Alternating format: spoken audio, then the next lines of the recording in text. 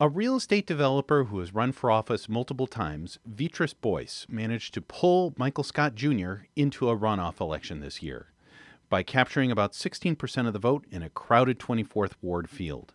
Scott has the backing of Mayor Emanuel and other prominent area aldermen, plus the legacy of his father, the late Michael Scott.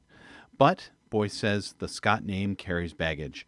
I'm Mike Fouché, publisher of Aldertrack, and this is our Meet a Chicago Candidate series, extended for the runoff elections. So tell me, Vetress, why did you decide to run for alderman? I decided to run for alderman to help people that have been hurt by the current wave of poverty. Using my experience in being a business broker, being a corporate for 25 years as a vice president, real estate development, also a licensed real estate broker, and now owning my own WBE MBE firm to help enhance housing, safer streets, a better education, and to minimize the crime that exists in the 24th Ward today, as well as it being a blighted community that lacks a lot of economic resources that the people could take advantage of. So are you planning to endorse or support one of the two candidates for mayor? I have not decided if that will be my direction as of yet. I'm still in conversation, so we're trying to see within the next week or two what our decision will be as a team. I'm not only taking my personal feelings into play here, I'm also considering how the 24th Ward voted in the mayor election. Rahm Emanuel got roughly 36%. Chuy Garcia received 23%. So there's another almost 50% that could go either way. Right. So we're taking a consensus and a survey while we're knocking on doors to see what the 24th Ward residents will like to see, or who they would like to see as mayor, because I truly believe in democracy. So have you been talking to other candidates that were in the first election about endorsing you? Do you have any other endorsements from other candidates yet? Absolutely. I started that the day after the election. I believe in going to work right away. I didn't take a breather or a break.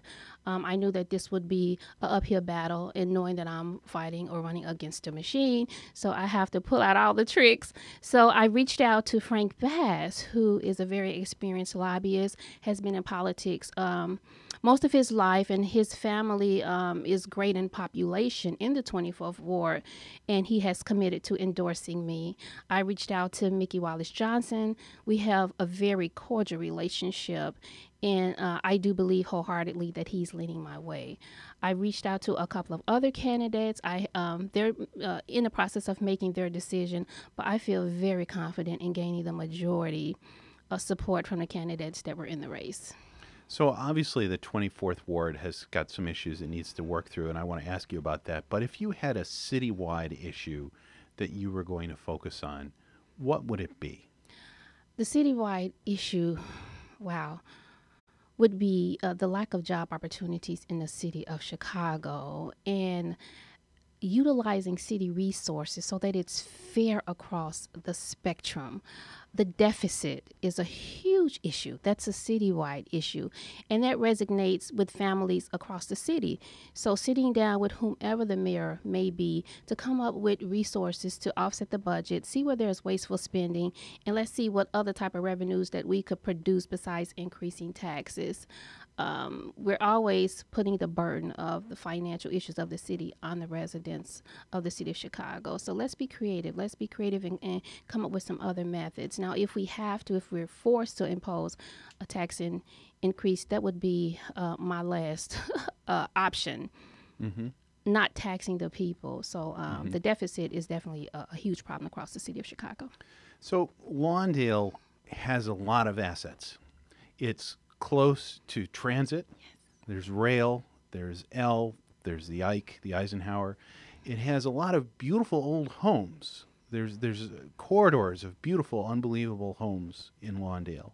And it has a number of large, undeveloped industrial zones, too, that are ready to go. How come Lawndale hasn't been able to spring back? Well, you mentioned just some of the vital resources in North Lawndale, not to mention that we have one of the largest industrial corridors in the city. Not to mention that we have more vacant lots. That's an asset. That's another avenue. Ready to build. Ready to build. Ready to build.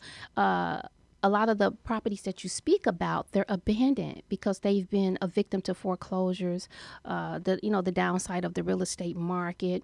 Also, you forgot to mention that we're closest to the next wave of development. Development has reached Western, so the next phase is the 24th Ward. So there's a land grab that's currently going on in the 24th Ward. And I will say this, that the North Lawndale area has not been redeveloped because we haven't had the right representation. The aldermen, the committeemen, they're responsible for the redevelopment of wards. You have to get in front of the process, not waiting for opportunities to come to you. The North Lawndale community is very, very marketable. I did the research to go after the concentrated net worth of that area, and for the medium income to be anywhere between 18 to 25,000, we have a concentrated net worth of $400 million. That's a marketing tool. So that's another asset to Lawndale that nobody's talking about. So that community has the lifeblood in it, and it has all the factors needed to be an economically sound community, and it can be culturally motivated. The culture of that race can bring forth the prosperity and the economic opportunity so that we can be a thriving community, so that families can feel safe, so that businesses will feel comfortable coming in and allowing us to utilize their services, not to mention building more African-American businesses. Right now, we have very few, if any, African-American businesses in the 24th Ward. That's why our dollar is not turning. The turn rate of money in the 24th Ward is 0 to none. We have a 67% leakage. So an alderman coming into the 24th Ward cannot be someone that is not knowledgeable about finances, about how to team build, about how to bring forth prosperity in such a distressed community. You need someone that will hit the ground running, that has the experience, the knowledge, knows how to build relationships, and knows where the dead body lies so we can wake them up and bring life to that community. Okay. Well, well, thank you very much for joining us today, Vetress. It's a pleasure. You can learn more about the Vetress Boyce campaign and 17 other runoff campaigns on Aldertrack by subscribing to our email newsletter at aldertrack.com, by listening to this series on Rivet Radio, or by subscribing to this series on YouTube. Thank you very much. More great stuff to come.